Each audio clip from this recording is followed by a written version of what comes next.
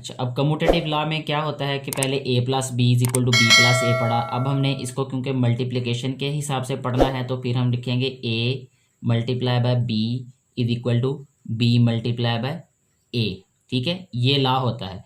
यानी दो वैल्यूज़ कोई भी मल्टीप्लाई हो रही हों और उनकी जगह चेंज करने से आंसर पे कोई फ़र्क नहीं पड़ता। इसमें कंडीशन भी ये होती है कि a and b both belongs to w mean whole numbers, यानी दोनों होल नंबर होंगे ये। इसके बाद है डिस्ट्रीब्यूटिव लॉ।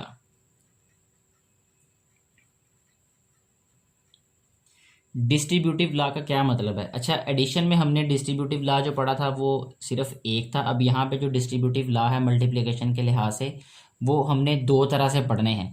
एक तो डिस्ट्रीब्यूटिव लॉ है इस तरीके से कि अगर हमारे पास a वैल्यू है मल्टीप्लाई बाय b और प्लस c हो, ठीक है, इस तरीके से है ये। यानी इसको कहते हैं distributive law of multiplication over addition. ये मल्टीप्लिकेशन ओवर एडिशन है ये। अच्छा, ये इक्वल किसके होगा?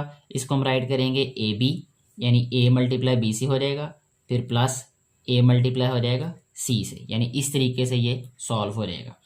इसी तरह इसकी दूसरी फॉर्म जो है वो अगर यहाँ पे माइनस हो तो उसको कहते हैं distributive law of multiplication over subtraction. तो यहाँ पे हो जाएगा फिर वो a multiply by b minus C.